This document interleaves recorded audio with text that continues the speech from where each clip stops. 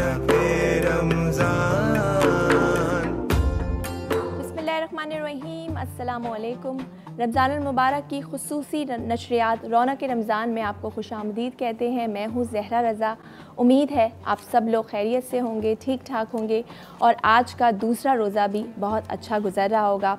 आज जुमे का बाबरकत दिन भी है, रहमतों का नुज़ूल जारी है। अल्लाह ताला ने करम की बरसात कर रखी है। बस हमें करना ये है कि हमें अपने रब के हुज़ूर सच्चे दिल से सर झुकाना है और फिर देखें कि वो जो 70 माओं से ज़्यादा हमें प्यार करता है, कैसे हमारा दामन जो है वो भर देगा। आज हम जिस मौजू के हवाले से बात करेंगे, आपको बताएं कि सहर और अफ्तार की जो अहमियत है, जो फजीलत है और उसके आदाब के हवाले से हम बात करेंगे। सहरी और अफ्तारी की दीन में बहुत अहमियत है। अल्लाह ताला कुरान मजीद में भी इसके बारे में बताया गया है और जो है कुरान और हदीस की रोशनी में जानेंगे कि इसकी अहमियत क्या है। सहरी क्योंकि रोज़ा जब स्टार्ट होता है तो इसकी इब्तिदा जो होती है वो सहरी से होती है और सहरी करने वालों पर अल्लाह सुब्हानहू व तआला अपनी रहमत जो है जारी करता है और अल्लाह के फ़रिश्ते जो हैं वो उसके लिए रहमत की दुआ करते हैं। सहरी की अहमियत इस बात से भी उसका अंदाज़ा लगाया जा सकता है कि नबी करीम सल्लल्लाहु अलैहि वसल्लम ने इरशाद फरमाया है कि सहरी खाया करो क्योंकि सहरी में बरकत है। ख़ास तौर पे मैं उन लोगों के लिए एक और हदीस कोट करना चाहूँगी जो बड़ी आसानी से ये बात कह देते हैं कि जो है मैंने आज बग़ैर सहरी का रोज़ा रखा है या मैं बग़ैर सहरी का रोज़ा रख लेती हूँ। तो एक और जगह नबी करीम सल्लल्लाहु अलैहि वसल्लम ने इरशाद फरमाया, सहरी करना बाइसे बरकत है, लिहाजा इसे ना छोड़ो, ख्वाह पानी का एक घूंट ही क्यों ना पी लिया करो। तो आपने देखा सहरी की तो अपनी जगह अहमियत है। इसी तरह अगर हम अफ्तार की बात करें तो उसकी भी बड़ी फजीलत है और अफ्तार की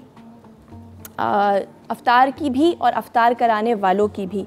और अफ्तार कराने वालों के हवाले से भी नबी करीम सल्लल्लाहु अलैहि वसल्लम का इरशाद होता है कि जिसने हलाल खाने या पानी से किसी का रोज़े अफ्तार करवाया, फ़रिश्ते माह रमज़ान के औकात उसके लिए इस्तग़फ़ार पढ़ते हैं और जिब्रील अमीन शबे कद्र में उसके लिए इस्तग़फ़ार पढ़ते हैं। तो बड़ी फ़जीलत है सहरी की, अफ्तारी की।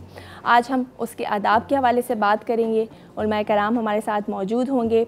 बहुत सारे छोटे छोटे शरई मसाइल होते हैं जो हमें यूजुअली रोज़ाना की बेसिस पे फ़ेस करने पड़ते हैं, तो वो सवालात भी आपके शामिल किए जाएंगे। और हमारे साथ शेफ़ भी मौजूद हैं, उनका भी तारुफ़ कराना चाहूँगी। हमारे साथ मौजूद हैं शेफ़ कादिर, जिनका ताल्लुक़ बीच लग्जरी से है। उनको वेलकम करते हैं। अस्सलाम वालेकुम शेफ़ कादिर। कैसे हैं आप? अल्हम्दुलिल्लाह। और आज का रोज़ा आपका कैसा जा रहा है? जी अल्हम्दुलिल्लाह पूरे जा रहे हैं। हाँ, तो जी अब बताइए कि आज आप हमें कौन से मुल्क की कौन सी मज़ेदार सी रेसिपी बताने वाले हैं? चिकन डोनट्स बना रहा हूँ और ये इंग्लैंड के हैं, इंग्लैंड की फर्म रेसिपी है। तो ये चिकन मिक्स है मेरे पास, सॉल्ट है, क्यूमिन पाउडर है, चिल्ली पाउडर है और ब्रेड क्रम्स है, एग्स है और फ्लोर है। सही, मेरे पास ये रेसिपी की कंडीमेंट्स हैं। सही, तो हम इसको स्टार्ट करते हैं और चिकन डोनट आज हम बनाने जा रहे हैं। चिकन डोनट फ्राई जी ठीक है जी। स्टार्ट करते हैं। ये देखिए, ये हमने मिन्स का कीमा लिया है,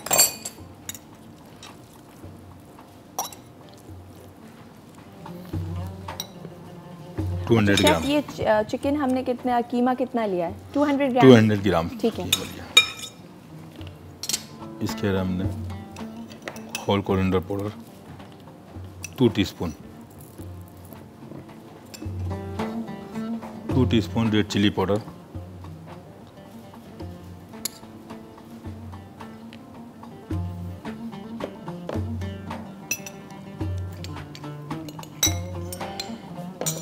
2 टीस्पून कोरिएंडर पाउडर, सही,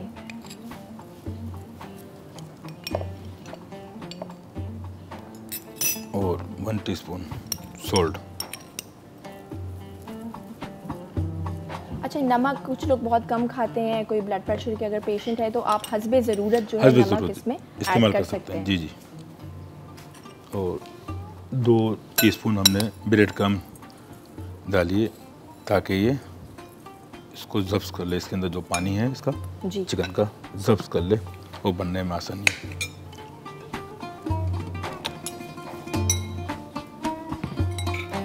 ये एग्स लिया हमने, कम से कम इसका हाफ एग्स इसमें मिक्स कर दीजिएगा डाल के,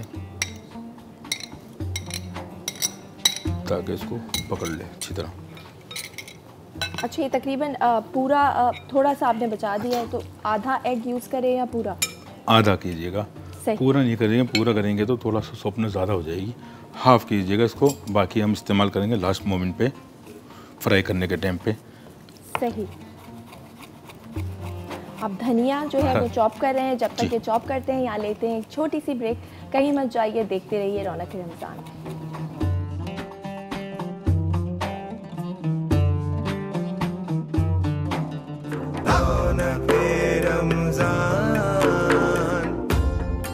वेलकम बैक। रौनक रमज़ान में आपको एक बार फिर से खुशामदीद कहते हैं, और हमारे साथ इफ्तार अराउंड दी वर्ल्ड हमारे सेगमेंट में मौजूद हैं शेफ़ कादिर, जिनका ताल्लुक़ अवारी टावर से है, और आज वो हमें जो रेसिपी बताने जा रहे हैं वो है चिकन डोनट की। ब्रेक पे जाने से पहले हमने चिकन ले ली थी और सारे जो इंग्रेडिएंट्स हैं उनको मिक्स कर दिया था, और ब्रेक में हमने 2 जो हैं डोनट भी बनाए हैं। जी शेफ़। ये देखिए, मैंने अभी डोनट तैयार किए हैं दोनों। अभी आपके सामने एक डेमो करके और दिखा देता हूँ।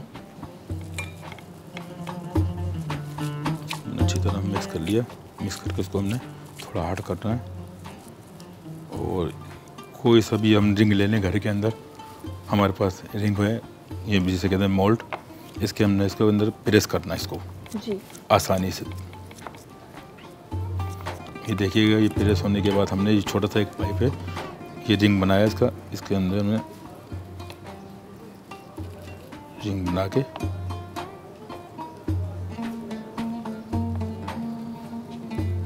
ये निकाल। अच्छा, वैसे शेफ़ डोनट हमेशा जो हमने खाए हैं वो मीठे ही खाए हैं, और ये बड़ा मज़े की एक रेसिपी है कि डोनट है और ये चिकन का है, और ये देखिए ये बनाया बना जिस तरह ये मीट चिकन के बनाए हमने, और ये बीफ के भी बन सकते हैं, और ये एक नई चीज़ है। हाँ, बिल्कुल ये नई चीज़ है। हमने स्वीट डोनट तो खाए मगर मीट के डोनट नहीं खाए, जो हम नई रेसिपी के साथ और आसानी तरीके से जो बन जाए हमारे, ये हमने बनाए।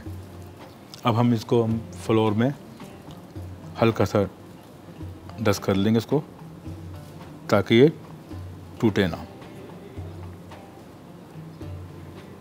सही।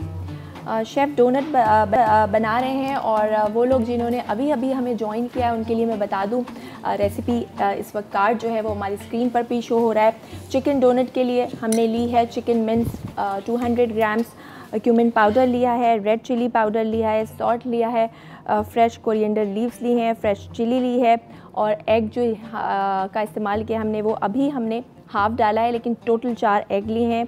ब्रेड क्रम्ब हमने इसमें लिया है, और 3 डोनट इस वक्त हमने बना लिए हैं। जी शेफ़। अच्छा शेफ़, ये थोड़ा सा ट्रिक बनाना कि टूट ना जाए, तो अक्सर हम घर में कबाब भी बनाते हैं तो वो टूट जाते हैं, तो क्या ऐसी कौन सी चीज़ इसके अंदर 2-3 तरीके हैं हम जो इस्तेमाल कर सकते हैं, जो देसी नुस्खे हैं। हम चने का पाउडर भी इस्तेमाल कर सकते हैं, बेसन भी इस्तेमाल करते हैं, और ब्रेड क्रम्ब, जो इसके अंदर जो पानी होता है, इसके अंदर जो नमी होती है, वो ताकि जब्स कर ले और पी ले, वो सख्त हो जाए, और थोड़ी देर क्या उसको फ्रिज के अंदर हम रख दें तो थोड़े से हार्ड हो जाएंगे वो। अच्छा, और फ्रिज के अंदर कितने टाइम तक रखना? 5 से 10 मिनट तक ताकि रख लें उसको। ज़्यादा रखेंगे तो वो तो फ्रोज़न हो जाएंगे। सही, ठीक है। अब हम बनाने चलते हैं। ये हम फ्राई पैन में ऑयल डालते हैं जब तक जी, और फ्राई करने के लिए हम यूज़ कर रहे हैं डालडा कुकिंग ऑयल। और डालडा रमज़ान की जब भी रहमत आती है, बरकत आती है, तो डालडा की जो बचत है वो भी साथ साथ आती है। और आपको बताएं कि इस रमज़ानुल मुबारक रमज़ान की जो बरकत है वो मज़ीद पुररौनक बनाने के लिए डालडा ने जो लाया है अपने मुनफरिद पैकेजिंग रेंज, जो कि अभी शेफ़ ने यूज़ भी की, तो आप लोग भी डालडा ज़रूर इस्तेमाल करें। जी, अब हम अगर प्रोसीजर दिखाते हैं आपको। ये हमने 2 एग्स लिए हैं, ताकि इसके अंदर डिप करेंगे। डिप करने के बाद हम ब्रेड का हम इसके ऊपर कोटिंग चढ़ाएंगे।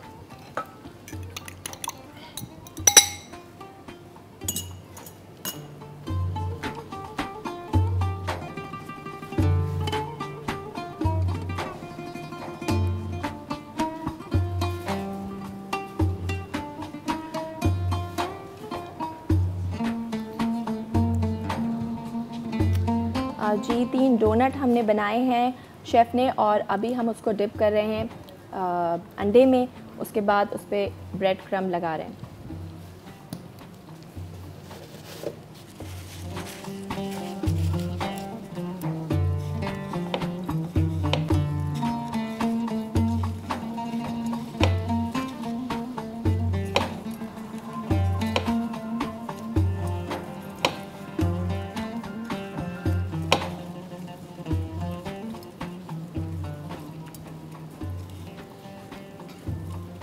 ये देखिए, ये हो गया डोनट।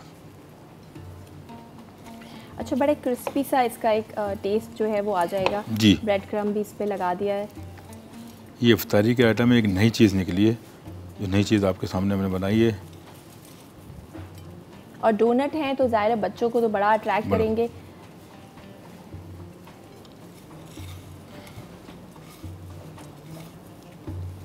जी, आप लोग भी हमें कॉल कर सकते हैं, और कोई भी रेसिपी आप अगर बताना चाहते हैं तो हम अपने प्रोग्राम में ज़रूर शामिल करेंगे। आप हमें कॉल कर सकते हैं 0800 14455 पर। जी, तो हमारे डोनट जो हैं इस वक्त वो 3 तो हैं, बन गए हैं, और अब हम उनको फ्राई करने जा रहे हैं। लेकिन जी, हम फ्राई करने जा रहे हैं डालडा कुकिंग ऑयल में। लेकिन यहाँ वक्त हुआ एक छोटी सी ब्रेक का, कहीं मत जाइए, देखते रहिए रौनक रमज़ान।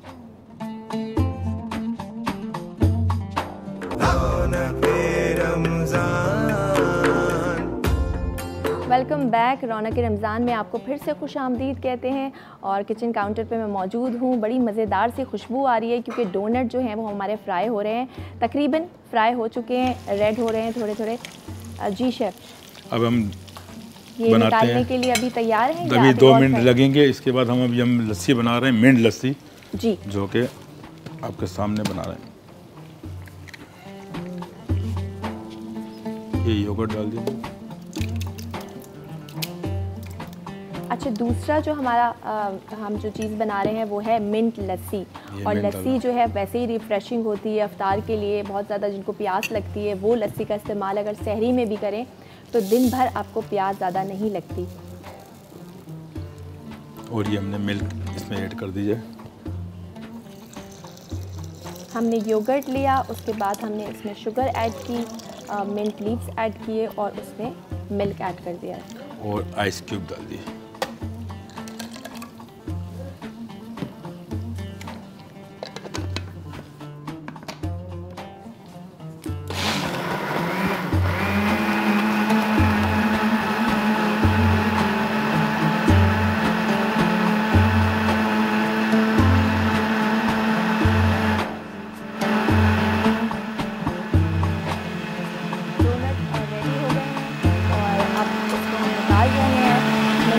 हमारी तैयार है तकरीबन।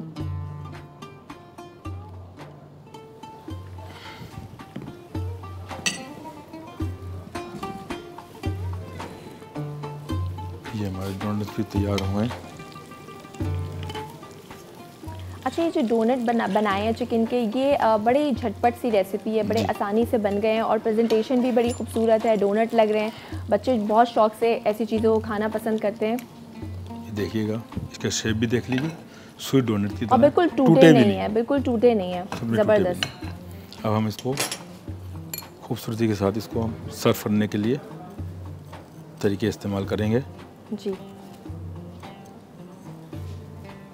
ताकि डिज़ाइनिंग में और अच्छे भी लगे।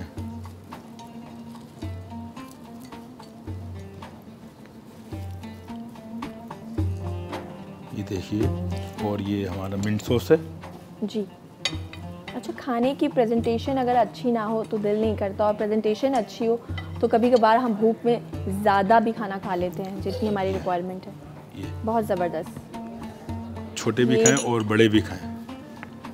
स्पाइसी सॉस भी है और टमाटो केचप भी है, ताकि बच्चों के लिए भी, बच्चे भी खा सकते हैं हमारे। हाँ, और एक नया आइटम है, क्योंकि हम अफ्तार पे यूजुअली फ्राइड आइटम्स का इस्तेमाल तो करते ही हैं, समोसे पकोड़े, तो इस तरह की जो चीज़ें हैं वो भी आप ट्राई कर सकते हैं। और अब हम जो है लस्सी हमारी रेडी है और वो निकाल रहे हैं।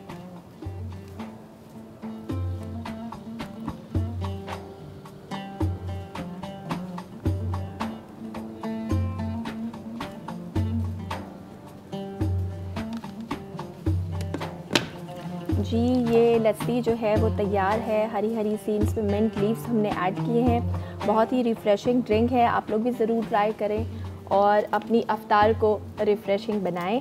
बहुत बहुत शुक्रिया शेफ़ कादिर आपका आने का और बड़ी मज़े की आज आपने रेसिपी बनाई है।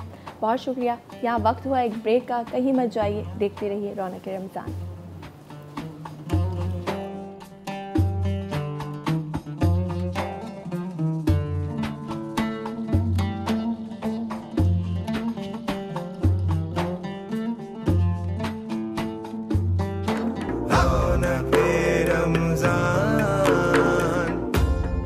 Welcome back. रमज़ान मुबारक की खुसूसी नशरियात रौनक के रमज़ान में एक बार फिर से आपको खुशामदीद करते हैं और अब बात करेंगे हम सहरी और अफ्तार की फ़जीलत के हवाले से, उसकी अहमियत के हवाले से, उसके आदाब के हवाले से। और सहरी से पहले शुरुआत करते हैं। हमारा रोज़ा अच्छा होता है अगर हमने सहरी अच्छी की होती है, हेल्दी सहरी की होती है। अक्सर ऐसा हो जाता है कि हमारी सहरी मिस हो जाए, कभी भी सहरी मिस हो जाए तो उस दिन का रोज़ा जो है गुजारना मुश्किल हो जाता है। भूख को प्यास ज़्यादा लगती है, अक्सर लोगों के सर में दर्द हो जाता है और शुगर लेवल भी कुछ का डाउन हो जाता है। तो सहरी करना ज़रूरी है और दीन में भी इसकी बड़ी अहमियत है और कहा गया है कि सहरी करो। रसूल करीम सल्लल्लाहु अलैहि वसल्लम की बहुत सारी ऐसी अहादीस हैं जहाँ पर इसकी ताकीद की गई है। और प्रोग्राम के पहले हिस्से में मैंने बताया भी था कि रसूल करीम सल्लल्लाहु अलैहि वसल्लम ने इरशाद फरमाया कि सहरी करो क्योंकि सहरी में बरकत है। एक और जगह इरशाद होता है कि सहरी करना बाइसे बरकत है, लिहाजा इसे ना छोड़ो, ख्वाह पानी का एक घूंट ही पी लिया करो। इससे ज़ाहिर होता है कि आपको सहरी करना ज़रूरी है।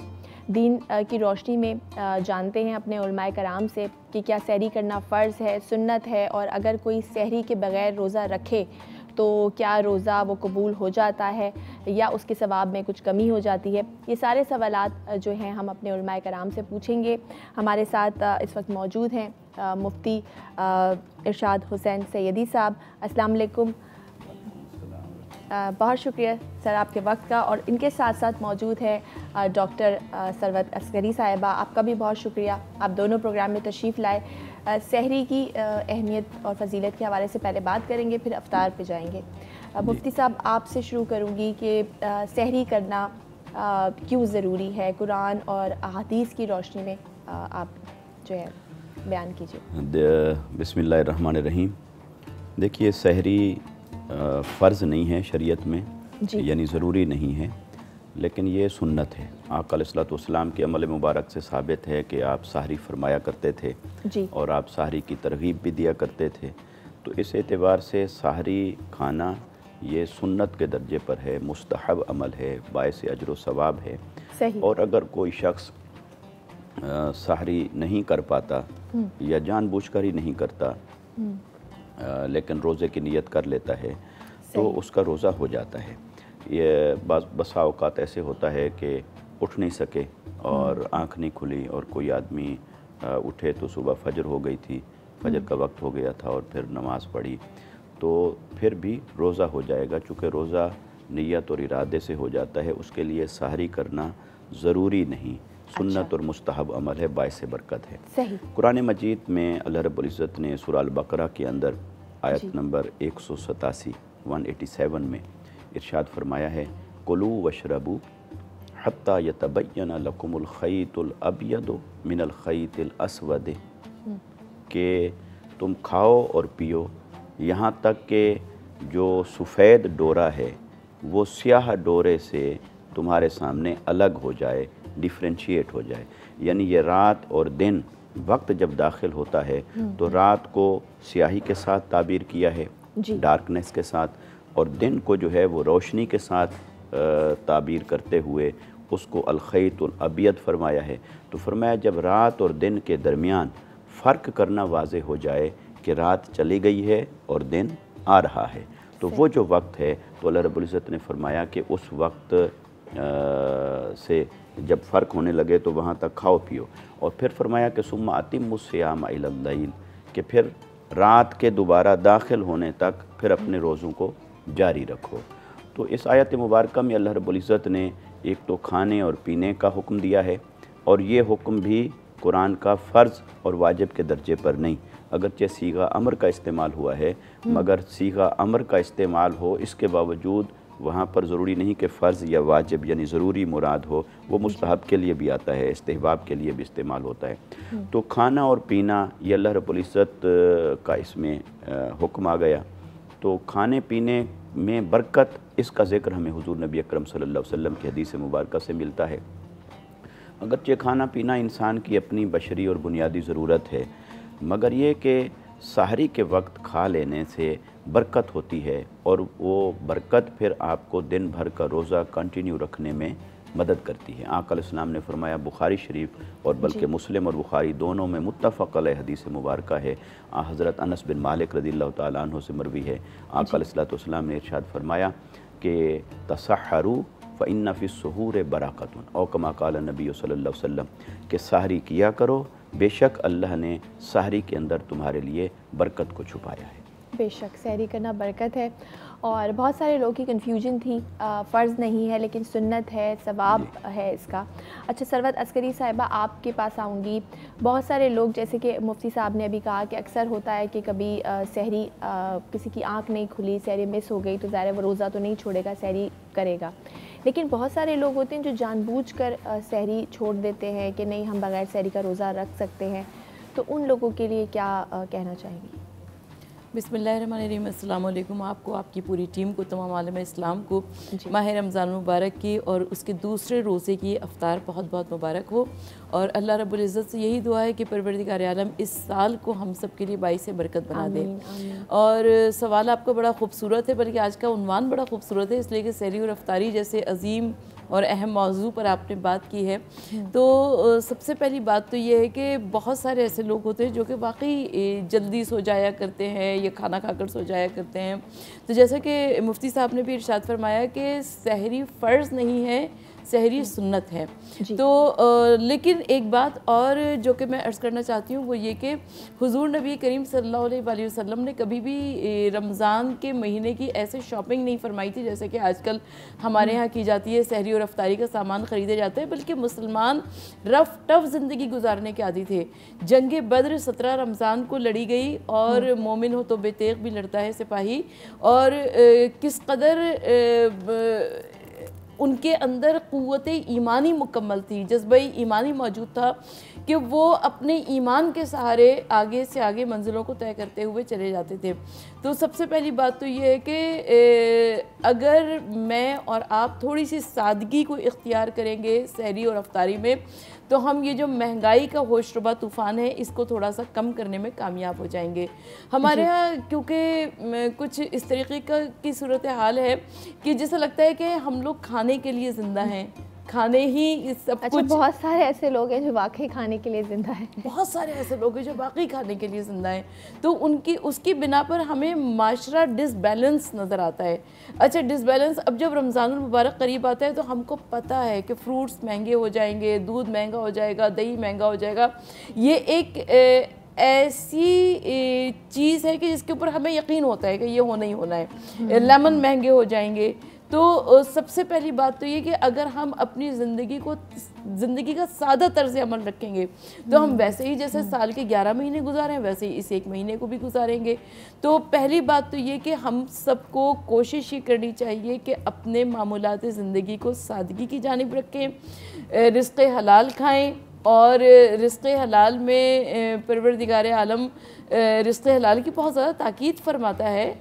रब्बुल आलमीन की जानिब से जब ये हुक्म दिया गया तो हमारे यहाँ क्योंकि शॉर्टकट बहुत ज़्यादा उर्फ़ आम में इस्तेमाल होता है और हर शख्स ये चाहता है कि वो शॉर्टकट को इस्तेमाल करे और सहरी और अफ्तारी में कहीं ना कहीं से मैं हैरान होती हूँ कि बावजूद इसके कि हर चौरंगी पर हर जगह पर बड़े बड़े अफ्तार के दस्तरखान लग रहे हैं, मगर इसके बावजूद महंगाई कम होने में नहीं आ रही है। तो इसका मतलब ये है कि कहीं ना कहीं सोसाइटी डिसबैलेंस ज़रूर है उस सोसाइटी को मुनज़्ज़म करने की ज़रूरत है, मरबूत करने की ज़रूरत है और उस सोसाइटी को सही तर्ज़ अमल इख्तियार करने की ज़रूरत है कि जिसके बिना पर हम तमाम अफराद इस माशरे में जितने भी लोग, जिस सोसाइटी में जितने भी लोग रहते हैं, वो एक अच्छी तर्ज़ ज़िंदगी गुज़ार बिल्कुल सकें। आपने सही कहा सरवर साहिबा। और जो रमज़ान का महीना है, दीन इस्लाम तो हमें यही तरबियत देता है और रमज़ान का महीना खुसूसन हमें यही सिखाता है कि किसी का हक़ ना मारो। लेकिन यहाँ पर जैसे ही रमज़ान आता है जो नाजायज़ मुनाफाखोरी है वो शुरू हो जाती है। एक प्राइस, फलों की प्राइस आप देख लें डबल कर दी जाती है। ये बड़ा अफसोस होता है ये देख के कि रमज़ान के महीने में तो आपको और प्राइसेस कम कर देनी चाहिए, लेकिन हमारे यहाँ ऐसा होता है। मुफ्ती साहब, जैसा कि सरवर साहिबा बता रही थी कि जितनी सादगी हम रखें अपने अफ्तार में, रोज़े में, जो हमारे अहले बैत हैं उनकी ज़िंदगी से भी हमें यही सबक मिलता है। लेकिन बड़ा ही एहतमाम किया जाता है, कभी कभार बहुत फजूल खर्ची भी की जाती है। आजकल तो सहरी में भी अफ्तार पार्टीज़ तो होती थी, सहरी के लिए भी जो है बाकायदा जो है लोगों को इनवाइट किया जाता है। तो उसकी क्या आप समझते हैं कि ये ठीक है? मुस्बत और मनफी दोनों पहलू में चाहूँगी आप बयान कीजिए। देखिए, हुजूर नबी अकरम सल्लल्लाहु अलैहि वसल्लम की सीरत मुतहरा से हमें ज़िंदगियों में एतदाल लाने का सबक मिलता है। जी, इस्लाम ने हमें जो चीज़ें करने की इजाज़त दी है उसको भी एक दायरा कार के अंदर रखा है कि हर चीज़ हम एतदाल में रखें। एक चीज़ है मसलन किसी को इफ़्तार कराना, इसकी फ़जीलत बयान की गई है जी, मगर उसके इफ़्तार कराने की फ़जीलत को जिस तरह हमारे मुआशरे के अंदर लिया जाता है, नमूद व नुमाइश के लिए इस्तेमाल किया जाता है कि इफ़्तार पार्टियां करें और उससे नमूद व नुमाइश मुराद हो जाती है, तो साफ ज़ाहिर इसका मतलब ये होगा कि हम उस रूह को पूरा नहीं कर पा रहे, उस रास्ते से हट गए हैं जिस रास्ते पर हमें अल्लाह और उसका रसूल सल्लल्लाहु अलैहि वसल्लम रखना चाहते हैं। इसी तरह खाना खिलाना फ़ी नफ्स ही एक नेक अमल है, एक अच्छा अमल है जिसको कुरान मजीद ने कई मुकामात पर बयान फरमाया और खाने खिलाने की तरगीब भी दी और इसकी फ़जीलत भी बयान फरमाई। तो गोया हम यूँ नहीं कह सकते कि किसी को खाने पर दावत देना ये इस्लाम के मनाफी है, वो इस्लाम के ऐन मुताबिक है।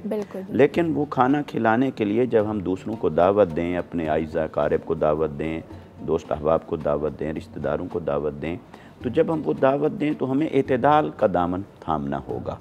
ना तो ऐसा हो कि दावत हम दें और वो वक्त ऐसा हो कि लोगों के लिए आना मुश्किल हो, वक्त ऐसा हो कि लोगों की अपनी जो दिन भर की मसरूफियात और मशागिल हैं वो सफ़र होने लग जाएं, वो उनके मुतासिर हों।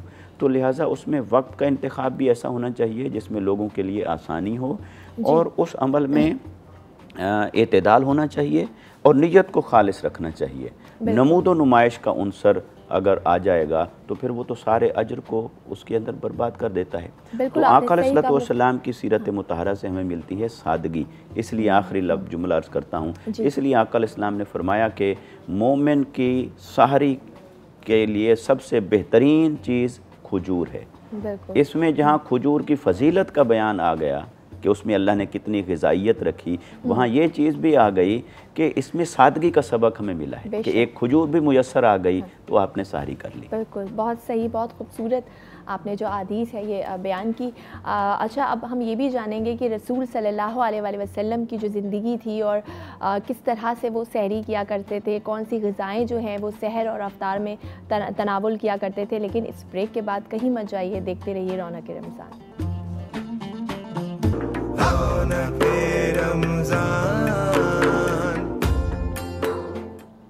रौनक रमज़ान में एक बार फिर आपको खुशामदीद करते हैं और बात हो रही है सहरी और अफ्तार की अहमियत और इसकी फ़जीलत के हवाले से, इसके आदाब के हवाले से।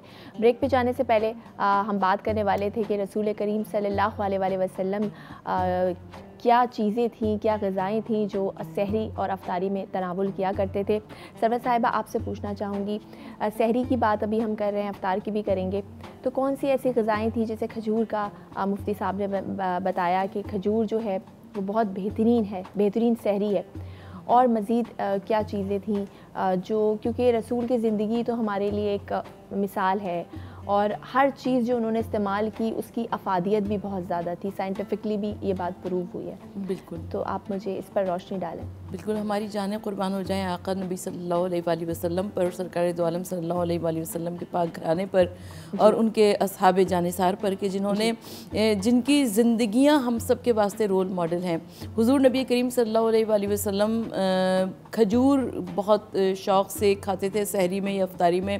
हुजूर नबी करीम सल्लल्लाहु अलैहि वसल्लम जौ का दलिया, जिसे मैं और आप नबीज़ कहते हैं, उसको बहुत शौक़ से तनावुल किया करते थे। तलबीना भी इसको कहा जाता है। हाँ, तलबीना, सॉरी, तलबीना कहा जाता है, उसको तनावुल फरमाते थे।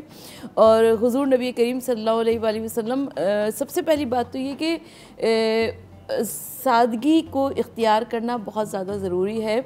हमारे यहाँ एक ईद को मीठी ईद कह दिया गया, एक ईद को नमकीन ईद कह दिया गया, यानी हमने जो अहकामात थे उनको चीनी और नमक के साथ मरबूत कर दिया। तो सबसे पहली बात तो ये कि हमको उन अहकामात को समझने की ज़रूरत है, रोज़े की रूह को समझने की ज़रूरत है, उसकी ज़रूरियात को समझने की ज़रूरत है। हमने उसको सारी की सारी ग़िज़ाइयत के ऊपर अपनी तवज्जो को मबज़ूल कर दिया। अच्छा, अब जब ग़िज़ाइयत के ऊपर तवज्जो को मबज़ूल कर दिया तो मैं देखती हूँ कि हमको रोज़े के वो खातिर ख्वाह फ़वाइद नहीं हासिल होते जो कि दर हकीकत परवरदिगार आलम ने जिसकी वजह से मुसलमानों के ऊपर रोज़ा फ़र्ज़ फरमाया और अल्लाह के रसूल सल्लल्लाहु अलैहि वसल्लम ने जिसकी वजह से हम सबको हुक्म दिया। हमारे यहाँ क्योंकि खाने बहुत ज़्यादा इस तरह के इस्तेमाल होते हैं कि जिसकी बिना पर हम देखते हैं कि हमको रोज़े के वो वाले फ़वाइद मिलते ही नहीं हैं जिस तरह के अल्लाह के रसूल सल्लल्लाहु अलैहि वसल्लम की तर्ज़ ज़िंदगी बहुत सादा थी। आका सल्लल्लाहु अलैहि वसल्लम का तर्ज़ ज़िंदगी सादा था, सरकार दो आलम सल्लल्लाहु अलैहि वसल्लम के पाक घराने का तर्ज़ ज़िंदगी बहुत सादा था और हुज़ूर नबी करीम सल्लल्लाहु अलैहि वसल्लम के इर्द गिर्द जो अफराद रहा करते थे उनका तर्ज़ ज़िंदगी बहुत सादा था। हम देखते हैं कि जब उस सादे तर्ज़ ज़िंदगी में सहरी या अफ्तारी या रमज़ान या रोज़े आ जाया करते थे तो वो बिल्कुल वैसे ही उसको ट्रीट किया करते थे जैसे कि साल के 11 महीने होते हैं। और जब साल के 11 महीने सिर्फ खाने के निज़ामुल औक़ात तब्दील हो गए, यानी आज जो न्यूट्रिशंस बहुत ज़्यादा कहते हैं कि 1 मील अ डाइट जो जिसे कहा जाता है, तो अगर हम सहरी और अफ्तारी के ऊपर तवज्जो करें तो हमें लगता है कि बिल्कुल ये वैसी ही इस सूरत हाल है कि अगर इंसान सहरी में कुछ खा ले और उसके बाद पूरा दिन अपने मामूलात ज़िंदगी को गुजारे और उसके बाद अफ्तारी में सादा मगर सेहत बख्श ग़िज़ाएँ खाए तो इंशाअल्लाह ताला हम उस सहरी और अफ्तारी की तमाम तर फ़यूज़ और बरक़ात को हासिल कर लेंगे। मगर प्रॉब्लम ये होता है कि हम चीनी से भरे हुए शरबत पीते हैं और ऑयल से भरे हुए पकौड़े और समोसे खाते हैं जिसकी बिना पर हमें महसूस क्या होता है और फिर जो हमारी तबीयत है वो फिर ख़राब भी होती है क्योंकि उसके बाद जब आप बहुत ज़्यादा फ्राइड आइटम्स का यूज़ कर लेते हैं, फिर उस पर शरबत पी लेते हैं, फिर चाय का हम बहुत ज़्यादा इस्तेमाल करते हैं और फिर उसके बाद पेट और आपका स्टमक जो है वो बिल्कुल ब्लोटिंग होना शुरू हो जाती है, इंडाइजेशन की प्रॉब्लम बहुत बढ़ जाती है। बिल्कुल, देखिए सबसे पहली बात तो है कि आज जितने भी नज़रियात हमारे सामने आ रहे हैं वो सब 1400 साल पहले आका सल्लल्लाहु अलैहि वसल्लम हम सबको बता कर गए हैं। आज रोज़े के फ़वाइद पर मगरिबी दुनिया जितना गुफ्तगू कर रही है, फ़ास्टिंग के ऊपर जितना वो लोग गुफ्तगू कर रहे हैं, हमारे मज़हब इस्लाम में तो 1-2 दिन की नहीं बल्कि पूरे 30 दिन की फ़ास्टिंग है। और 30 दिन के जो रोज़े हैं अगर हम उन रोज़ों को के तमाम तर फ़वाइद को हासिल करना चाहें तो यकीनन ये हमारे लिए बहुत अच्छा होगा। और सबसे पहली बात तो ये कि हज़रत अली शेर खुदा से किसी ने पूछा कि या अली इरशाद फरमाइए कि अदल बेहतर है या सखावत बेहतर है। ये मैं इसलिए अर्ज़ कर रही हूँ कि आज हम देखते हैं कि बड़े बड़े दस्तरखान सजे हुए हैं, हर चौरंगी पर, हर सड़कों पर बहुत कुछ, बहुत अजर सवाब है खाना खिलाना और इस महंगाई के दौर में बहुत ज़्यादा अजर सवाब है खाना खिलाना। लेकिन अगर अल्लाह के रसूल सल्लल्लाहु अलैहि वसल्लम के पाक घराने से हम पूछते हैं तो मौलाए कायनात से जब किसी ने पूछा कि या अली इरशाद फरमाइए कि अदल बेहतर है सखावत, तो मौलाए कायनात अली इब्न अबी तालिब अलैहिस्सलाम ने इरशाद फरमाया कि अदल ज़्यादा बेहतर है, यानी सखावत हम तो समझते हैं ना कि हमने सहरी और अफ्तारी की बड़ी बड़ी टेबलें लगा ली और बहुत ज़्यादा लोगों को खाना खिलाया और बहुत ज़्यादा अजर सवाब के मुस्तहिक हो गए। तो मौलाए कायनात फरमाते थे कि उस पॉइंट ऑफ व्यू को समझने की कोशिश कीजिए कि मौलाए कायनात अली इब्न अबी तालिब अलैहिस्सलाम ने इरशाद फरमाया कि सखावत से माशरा डिसबैलेंस होता है। जो सखी इंसान होता है वो अपना हक मार कर भी दूसरे के मुंह में निवाला डाला करता है, लेकिन अदल के ज़रिए माशरा एक मजबूत निज़ाम बनता है और सबको बराबरी तौर पर वो तमाम सहूलियात मैसर आती हैं कि जिसकी बिना पर किसी को किसी की ज़रूरत ही पेश ना आए। तो हम ये देखते हैं कि अगर अदल आज हम देखते हैं कि अमीर अमीर तरीन होता जा रहा है, गरीब गरीब तरीन होता जा रहा है। ये सहरी और अफ्तारी के डील और पैकेजेस जो आए हुए ये सिर्फ इसीलिए आए हुए हैं कि हमारे माशरे में अदल नहीं है।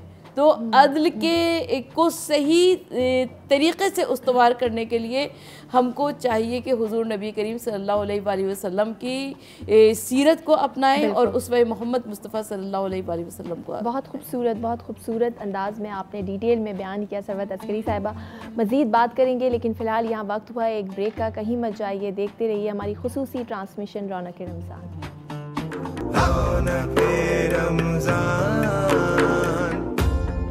Welcome back. रौनक रमज़ान में एक बार फिर से आपको खुश आमदीद कहते हैं। उलमाए कराम हमारे साथ मौजूद हैं, मुफ्ती इरशाद हुसैन सईदी साहब और इनके साथ मौजूद हैं डॉक्टर सरवत अस्करी साहिबा और सवालात का सिलसिला जारी है।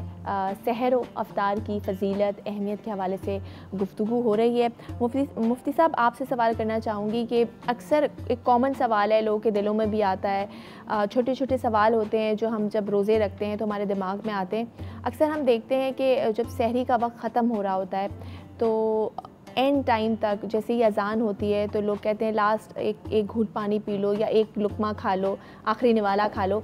तो मैं पूछना चाहूँगी ये सही वक्त क्या है? क्या जब तक अज़ान चलती रहे उस वक्त तक खाना ठीक है, या हमें जो एक कैलेंडर जो है रमज़ान का आ जाता है वो टाइम दिया हुआ होता है उस टाइम पर हम जो है रोक दें खाना पीना? देखिए, इसका पहला मुख्तसर जवाब तो ये है कि हमने कैलेंडर को फॉलो करना है। ठीक है। और इसकी तफसील ये है कि अल्लाह रब्बुल इज़्ज़त ने रोज़ा हमारे ऊपर फ़र्ज़ किया है दिन में जी। तो जो सहरी है वो रात के वक्त में होती है। अब जब हम सहरी कर रहे होते हैं जी तो वो वक्त अपने एतबार से वो रात का हिस्सा होता है, वो दिन का हिस्सा नहीं होता। इसलिए अल्लाह रब्बुल इज़्ज़त ने इरशाद फरमाया, जो आयत मुबारका मैंने कोट की थी शुरू के अंदर, फरमाया कि वकुलू वशरबू हत्ता यतबय्यन लकुमुल खैतुल अब्यदु मिनल खैतिल अस्वद। जी। अब के सफ़ेद डोरा और स्याह डोरा अलग अलग हो और उसका अलग अलग होना वाज़े हो रहा हो तो कुरान मजीद ने ये एक निशानी बता दी। लिहाजा अब रात का जो वक्त है उसके अंदर हम सहरी करते हैं जी। और जब फजर स्टार्ट होती है तो रोज़ा स्टार्ट होता है। लिहाजा अब पहले ज़माने में तो ये था कि निशानियाँ और अलामतें और वो सफ़ेद डोरा और स्याह डोरा उसकी वजाहत के लिए भी उलमाए किराम ने भी कई निशानियाँ बताईं। किसी ने कहा भी सफ़ेद डोरा फ़िज़िकली और स्याह रखें और देखें कि वो क्या रोशनी वाज़े हो गई कि नहीं। मगर आज हम जिस दौर में जी रहे हैं ये तो डिजिटल कैलकुलेशन का दौर है। तो लिहाजा डिजिटल कैलकुलेशन ने हमें बता दिया है कि ये वक्त है, यहाँ रात है और यहाँ दिन है, और उसी के ऊपर हम नमाज पंजगाना अदा कर रहे हैं। इसमें किसी को इख्तिलाफ़ नहीं। अगरचे चाँद के बारे में हम कहते हैं हम आँख से देखेंगे और बाकी 5 नमाज़ें जो फ़र्ज़ ऐन के दर्जे पर हैं वो हम डिजिटल कैलकुलेशन के ऊपर चल रहे हैं। अल्टीमेटली इंसान ने इसी तरफ आना है क्योंकि साइंस एक्सप्लोर कर रही है उन्हीं हक़ाइक़ को और शरीयत भी उन्हीं के ऊपर बेस करती है। अच्छा, जब रात और दिन का फ़र्क जब हमें डिजिटल कैलकुलेशन में आ गया घड़ियों की सूरत में, कैलेंडर की सूरत में, तो अब हमें अपनी सहरी को रोक देना है फजर स्टार्ट होने से पहले पहले। और एहतियात का तकाजा ये है कि उससे थोड़ा पहले रुक जाएं। जो एहतियात के तकरीबन तमाम फ़ुक़हा किराम ने, किसी ने 3 मिनट रखे एहतियात के, किसी ने 10 मिनट रखे, किसी ने 5 मिनट रखे, मगर एहतियात का एक वक्त फिर भी मौजूद है। तो कोशिश ये करनी चाहिए कि फ़जर का वक्त जहाँ से स्टार्ट होता है कैलेंडर में जी, उससे भी 2-3 मिनट एहतियातन पहले अपनी सहरी को रोक लिया जाए। अब रही आज़ान। आज़ान का ये है कि पहले तो मैं यहाँ ये अर्ज़ करना चाहूँगा कि जो किसी भी मस्जिद के अंदर मुअज़्ज़िन हैं उनके ऊपर ये अखलाकी तौर पर, दीनी तौर पर लाजमी तकाज़ा बनता है कि वो कैलेंडर को फ़ॉलो करें। बिलखुसूस रमज़ानुल मुबारक में जब उन्हें मालूम है कि लोग उनकी आवाज़ सुनकर इफ्तार कर रहे हैं और उनकी आवाज़ को सुनकर अपनी सहरी को रोकने लगे हैं, तो लिहाजा उन्हें अपनी ज़िम्मेदारी का मुजाहरा करना चाहिए और ऐन कैलेंडर के वक्त के मुताबिक बग़ैर किसी ताख़ीर के और उजलत के आज़ान कहनी चाहिए।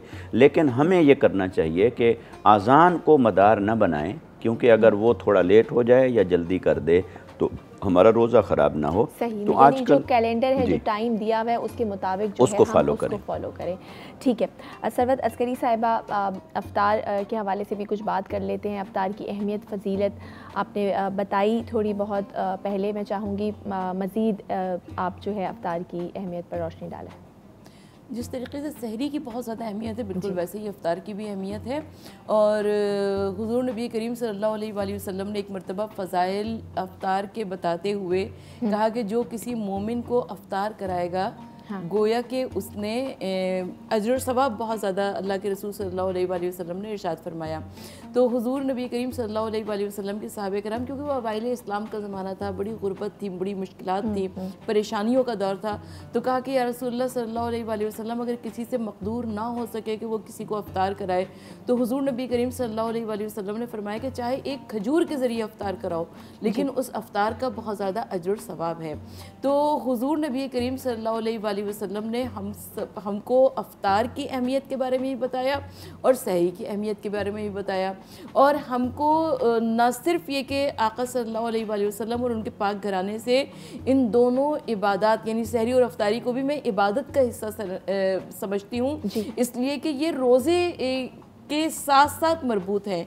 रोज़ा एक अलहदा इबादत है जो कि फजर से लेकर मगरिब तक होता है, लेकिन सहरी और अफ्तारी की भी बहुत ज़्यादा अहमियत है। तो हम सबको सहरी और अफ्तारी को, लेकिन सादगी को मद्देनज़र रखना चाहिए, क्योंकि हम देखते हैं कि जब सहरी की बात आती है तो खजले और फैनी की बात ज़रूर आती है।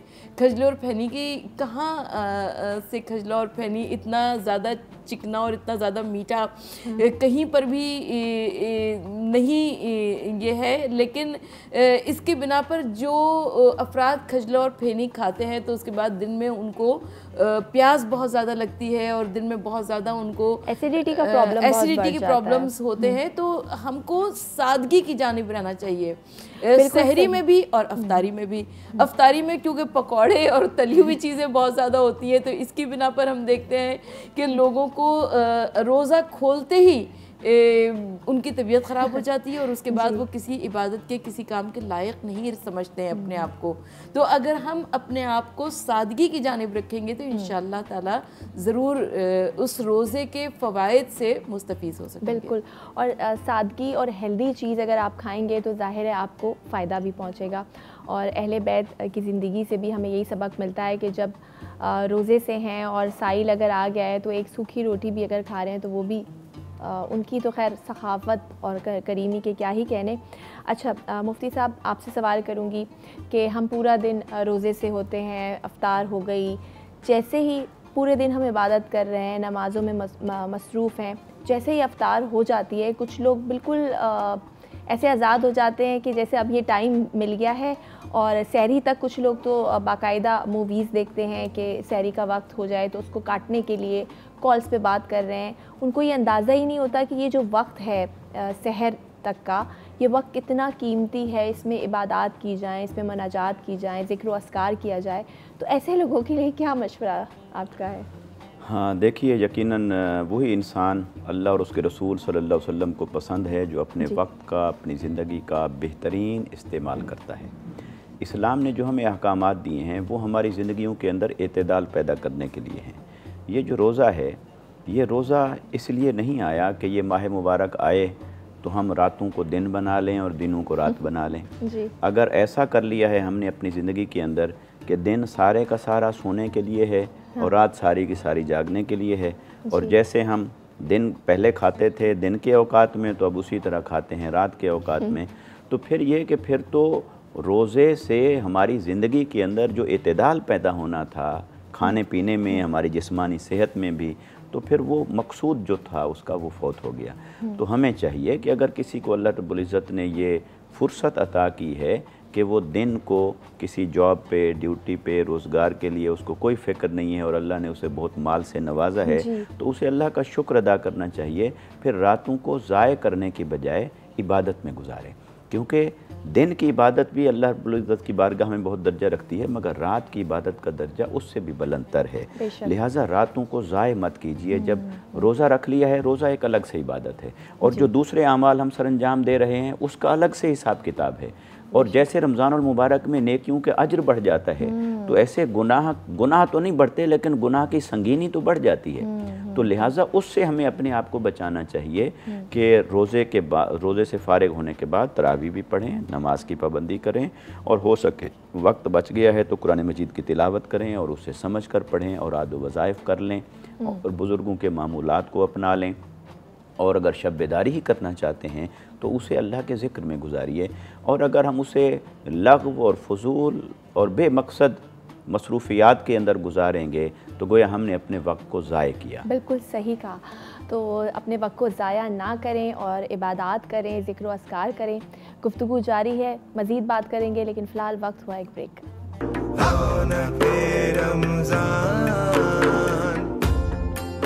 रौनक रमज़ान में एक बार फिर से आपको खुशामदीद करते हैं, और माए कराम हमारे साथ मौजूद हैं। सहरी और अफ्तारी की अहमियत और फजीलत के हवाले से हम गुफ्तगू कर रहे हैं। मुफ्ती साहब, मैं जब पढ़ रही थी, कई जगह पे मैंने पढ़ा, कई अहादीस मैंने देखी जिसमें था कि सहर में ताख़ीर और अफ्तार में जल्दी करो। मैं चाहूँगी कि इसका मतलब आप ज़रा बताएँ कि क्या है। जी, बहुत अहम सवाल है और इसका हमारी अमली ज़िंदगी के साथ बहुत गहरा ताल्लुक़ है, और बसा औक़ात हम इसके सही मफ़हूम को समझने से कासिर होते हैं। और बाज़ औक़ात ऐसा भी होता है कि थोड़ा बहुत किसी से अगर मसलकन इख्तिलाफ़ हो तो हम इन चीज़ों को भी फिर उस तनाज़ुर में देखने की कोशिश करते हैं, हालांकि इसमें ऐसी कोई बात नहीं है। ये जो फ़रमान मुबारक है आका अलैहिस्सलातु वस्सलाम का, इस पर तमाम लोग इसके कायल हैं, यानी चाहे हमारे अहले तशय्यो हज़रात हैं, शिया हज़रात हैं जो फ़िक़्ह जाफ़रिया को फ़ॉलो करते हैं, या अहले सुन्नत के या दूसरे हज़रात भी हैं, तो किसी का इनकार नहीं है इस पर कि आका अलैहिस्सलातु वस्सलाम की सुन्नत मुबारका से ये चीज़ साबित है और आपके फ़रामीन मुबारका से साबित है कि सहरी को आखिर वक्त तक ले जाओ और इफ़्तार में जल्दी करो। मगर सहरी की जो ताख़ीर है उसका ये माना हरगिज़ नहीं है कि वक्त एक्सपायर हो जाए और आप लगे रहें और खाते रहें। यानी आपने उसको रात में करना है और उसको आखिर वक्त में ले आएँ। और आखिर वक्त का माना भी यही है जो थोड़ी देर कबल मैंने अर्ज़ किया कि जो रात का वक्त ख़त्म होने से कबल भी जो एहतियात के चंद लम्हात हैं, 2-4 मिनट ही सही, वो एहतियात के वक्त से भी पहले सहरी को ख़त्म कर लेना चाहिए। ये है उसकी ताख़ीर का मतलब। उसकी ताख़ीर का मतलब ये नहीं है कि वक्त हो जाए और आप खाते रहें।